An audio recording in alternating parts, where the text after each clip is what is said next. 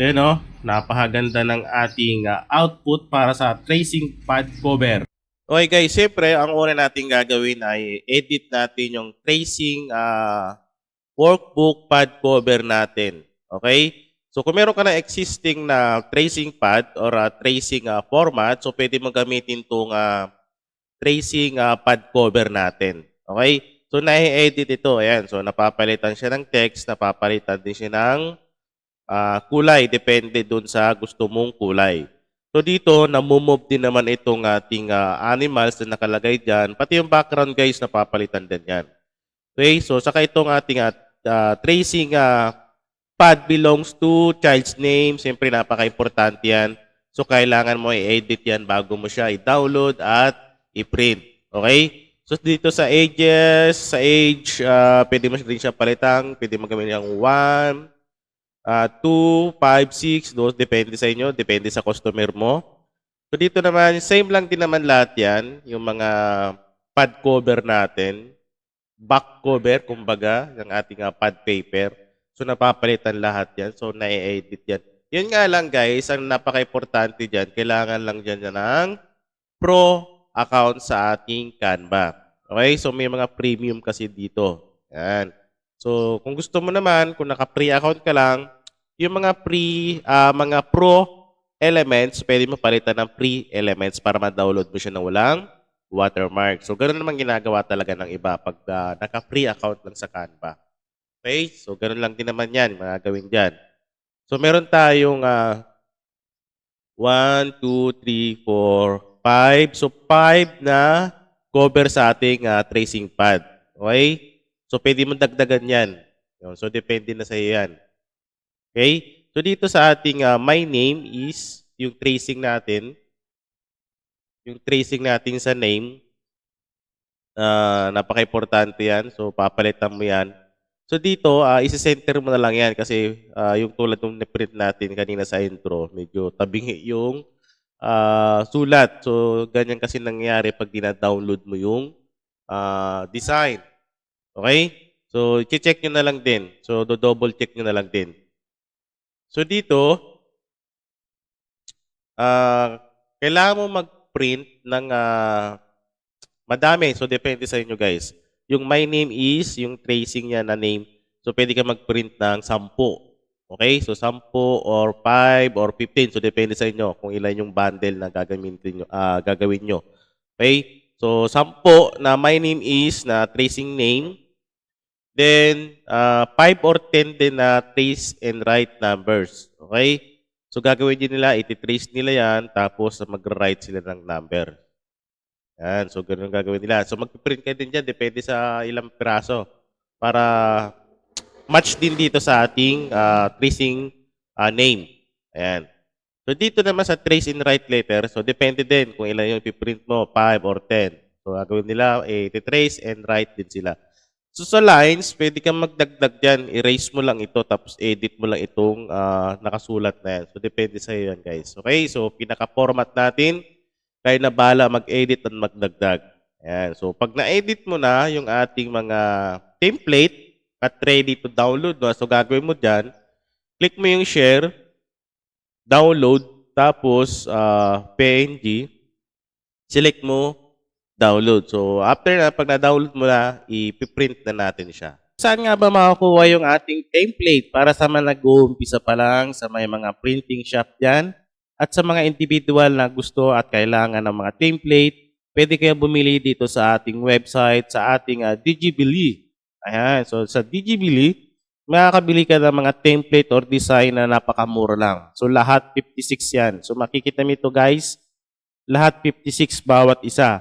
Okay, so tulad dito sa ating cover na intermediate pad, so 56 pesos lang yan. Ayan, no? So gagawin mo dyan, pag bibili ka, add to bag mo lang. Ayan, no? So click mo lang, add to bag. So check out. Ayan, so check out mo lang siya. So makikita mo yung ating payment option. So andito yan. So ang gagawin mo dyan, yung 56 na yan, kung meron tayong promo tulad ngayon, meron tayong promo ngayon. So ang ilalagay mo dyan ay Digibili discount. Kasi yan yung promo natin pero hanggang July 15 lang yan. So, Digibili discount. So, yung 56 natin guys na normal price. So, pag in-apply mo yan, lalabas dyan 28 pesos na lang. Yes, 28 pesos na lang yan guys. Dahil naka 50% off tayo. So, lagi tayo may discount dyan. So, pag kailangan mo ng template or design, punta ka lang sa website natin. Okay? So, gagawin mo dyan sa kontakin yung email. Ilagay mo lang yung email mo, full name, yung country, yung phone number, tapos yung reference number. Ibig sabihin, magbabayad ka muna, tapos ilalagay mo dito yung reference number mo. Okay? Yung transaction reference number. So, pag nakapagbayad ka na, mag-fill up ka, select mo lang yan, continue. Okay? So, i-proceed mo lang yan. So, hintayin mo nila yung files niyan sa email mo. So, automatic yung masisend sa email mo, guys. Okay? So, ganun lang kadali bumili ito sa ating website. Ayan. So, search mo lang or click mo lang yung link dyan sa description, yung website natin na Digibili. Ayan. So, pwede kang bumili ng mga digital. Okay, guys. So, ang next natin gagawin ay ipiprint na natin yung ating design. Okay? So, optional lang ito. Ang gamit ko ay Epson Photo Plus. Ayan. Kung wala kang Epson Photo Plus, pwede ka gumamit ng Photoshop or MS Word. Yan. So, depende na lang sa inyo guys kung paano niya siya i-print. Okay? Sa akin, optional lang din to dahil ang gamit kong printer ay L3210 tapos naka-bypass siya ng Epson L382 series para sa ating borderless. So, next natin gagawin dyan, i-click natin yung photo layout, i-click natin yung dalawahan. Okay? Kasi A4 size para hatiin na lang natin siya sa gitna. Ayan. So, katapos nyan, i-click natin yung sa taas, ilagay natin yung ipiprint natin. Ayan. Tapos sa baba naman, yung isa pa, pwede naman dalawa, depende sa'yo kung ilan yung ipiprint mo dyan. Kung maraming order, so pwede mo pagsabayin. Pero kung isa lang din. So para mas makatipid ka. So depende yan sa inyo guys. So next natin dito, so makikita nyo, pag naka-bypass yung L32 nyo, gamit yung Epson L382 series na driver, lalabas yung borderless layout. Ayan, no? Okay? So, media type, glossy. Yung print quality, standard lang. Okay na yan. Ayan. So, set na yan, guys. So, next natin gagawin dyan, ipiprint na natin yan. Okay? So, gamit natin dyan ay photo paper. Kasi nga, pang cover itong ipiprint natin. Ayan. So, pagkatapos nyan, isabay na natin yung papel. Okay? So, i-delete muna natin to. So, assume na natin na na-print yan. Para mamaya ipakita natin sabay-sabay. So, next dyan, i-click mo itong my name. So, depende, letter or number. Ayan. So, pwede namang dalawa na para hindi kayo malito. Ayan o. Kasi magpiprint kayo ng maramihan, di ba? So, dalawa sa isang A4 size, tapos hati mo na lang sa gitna. Ayan. Ayan. So, dito, pag gamit mo ay Epson Photo Plus, walang ibang option kundi matte lang. Tapos, print quality standard. Okay, so katapos niyan, same process, start printing. Okay guys, so sa mga nagtatanong, ang gamit ko ay L3210 yan. So naka-bypass yan para maging borderless tulad yan. So borderless yan guys. L3210 gamit yung driver natin na ibang driver. Okay, so para ma-bypass mo siya. So ang gamit kong ink, pigment ink. Ayan. Okay, so yan yung gamit ko sa ating printing para sa ating cover, sa notebook or sa writing pad. Ayan. So, yan yung gamit ko. Kasi nga, borderless siya para mas maganda. Ayan. So, dito, sa ating photo paper, ang pinakamagandang gamitin, guys, ay QAP no backprint photo paper. So, 200 GSM lang to. So, pinakasagad ko na ito dito sa aking L3210. Okay? So, depende kasi yan sa printer. Huwag kang magsasalang na makapal. Masisira yan. So, dito sa no backprint, ito yung pinakagusto ko dahil wala siyang sulat doon sa likod. Walang brand. Kumbaga, walang sulat. Plain na matte lang yung sa likod para maganda tignan. Pangit naman kung gagawa ka ng tracing pad or notebook na may brand na sulat dun sa likod. So, ang pangit, di ba? So, sa ganito, tignan nyo na lang yung comment section natin. Nandun yung link ko sa makakabili. So, mura lang to guys. So, glossy na siya. Okay? So, no backprint ito na photo paper. Para pa nag-print kayo, walang brand na sulat dun sa likod. So, ipapakita natin yan tulad nitong gamit ko. So, yung gamit ko kasi ay sample lang din na photo paper. Papakita ko yung ano niya, brand na sulat dun sa likod. Okay? Yan. So, hintayin lang natin. So, ito na.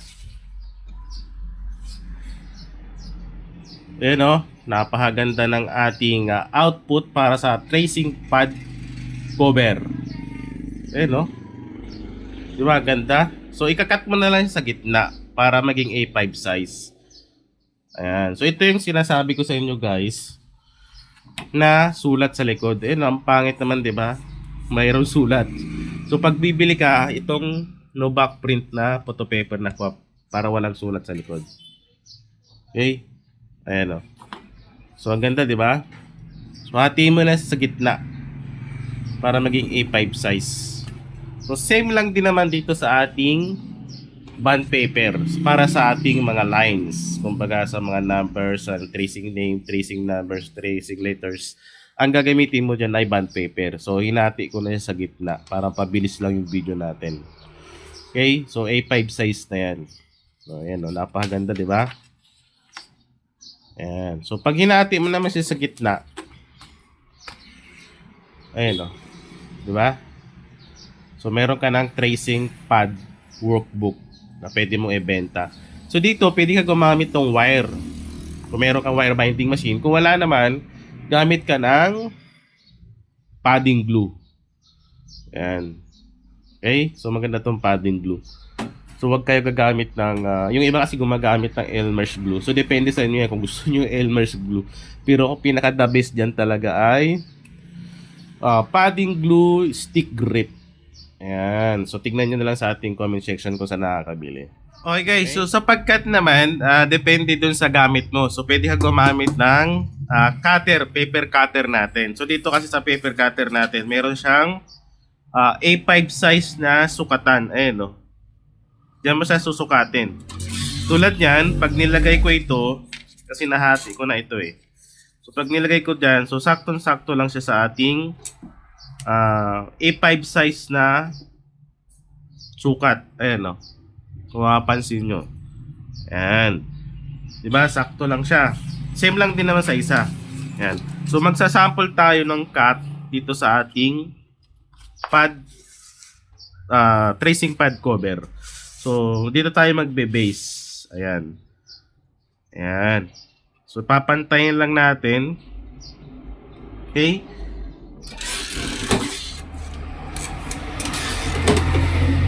Ayan. So, saktong-sakto lang yan, no? Diba? Oh. Pantay na pantay lang din naman. Okay? So, meron ka ng tracing pad. Okay. So, pag napantay mo na siya, pag nakat mo na siya, pwede mo siyang idikit. Ayan. So, ganito magiging itsura niyan, guys. Okay, so pwede mo siya idikit na ganito. Ayan. So, meron siyang back cover. Okay, so ganun lang ng kadali.